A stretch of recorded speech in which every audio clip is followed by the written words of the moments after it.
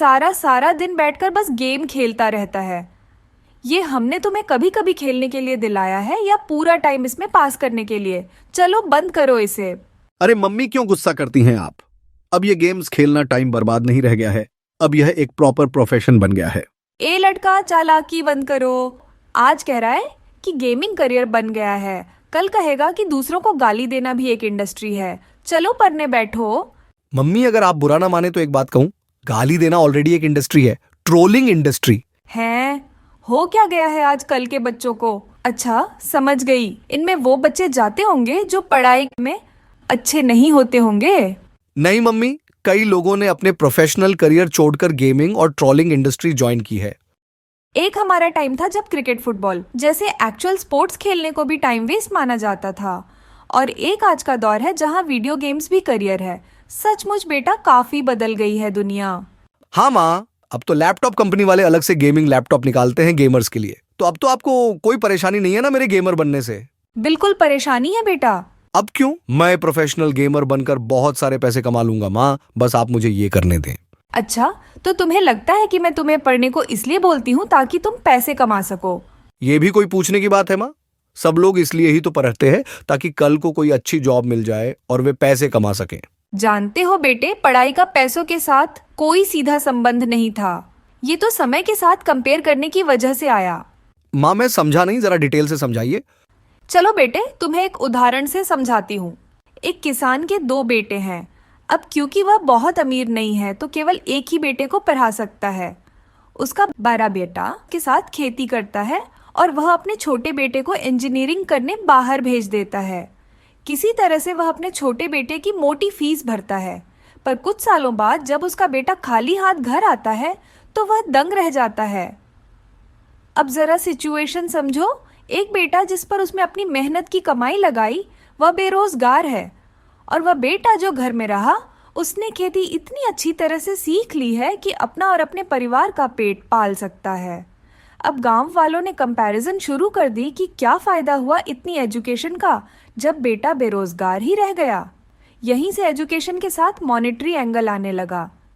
यही तो मैं भी कह रहा हूँ माँ, मुझे स्कूल क्यों भेजती हो? सारा दिन गेम्स खेलने दो ना। मैं भी किसान के बड़े बेटे की तरह गेम्स में चैंपियन हो जाऊंगा और खूब सारा पैसा कमा लूंगा। नहीं बेटे, ये बात तो मैंने तुम्हें इसलिए बताई ताकि तुम ये समझ सको कि कई बच्चों के लिए एजुकेशन प्रिविलेज जैसा है। इसलिए जो पढ़ाई कर सकते हैं उनसे तो दुनिया उम्मीद करेगी ही कि इसके थ्रू करियर बनाया जाए और पैसे कमाए जाए। तो एजुकेशन के साथ पैसों का कनेक्शन इस तरह है कंपैरेटिव सेंस में। तो आप लोग मुझे ये प्रिविलेज क्यों दे रहे हैं? एक तो इतना कंपटीशन है, दूसरा मेरा मन भी नहीं लगता। गेमिंग ही करने दीजिए ना फुल टाइम। तुम ही सोचो बेटे, फिर इतना सब कुछ होने के बाद भी सभी पेरेंट्स क्यों चाहते हैं कि हमारा बच्चा अच्छी शिक्षा हासिल करे? वे उसके एडमिशन के लिए परेशान होते हैं, अलग से कोचिंग लगवाते हैं, बाहर भेजते हैं। क्यों? माँ, मुझे तो अच्छी नौकरी हासिल करने के सिवाय कोई और कारण नजर नहीं आता। आज मैं तुम्हें एजुकेशन की पूरी कहानी बताती हूँ। तुम्हें तो मालूम ही होगा कि हमारा देश 1947 में आज़ाद हुआ था।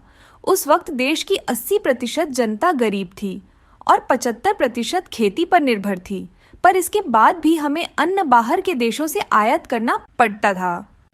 पर जैसे ही हमारा देश आज़ाद हुआ तो अंग्रेज़ों द्वारा दबी कुचली जनता को कुछ रोल मॉडल्स मिले।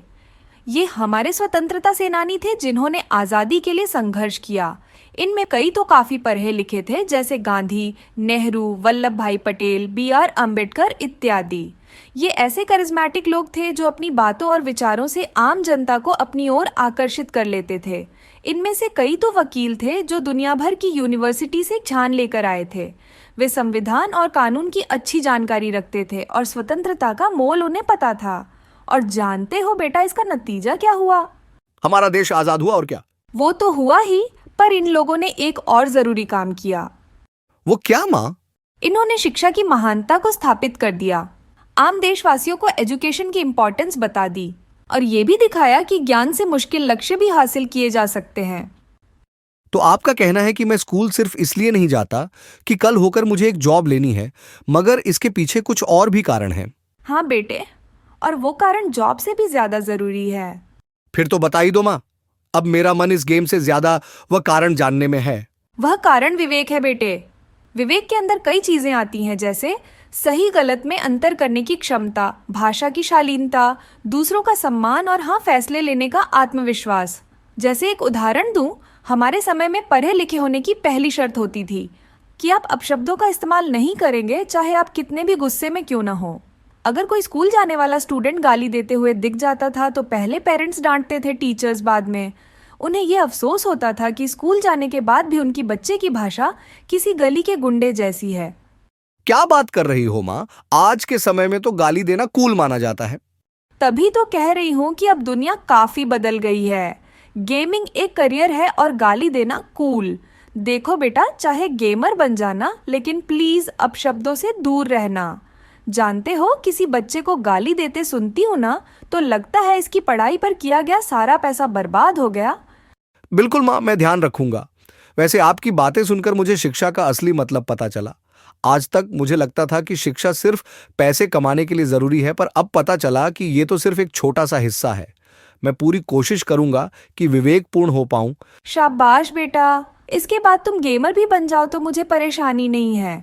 फिर तुम ही अपने विवेक से तय करना कि क्या ये करियर सभी तरह से ठीक है। जी माँ, समझ गया।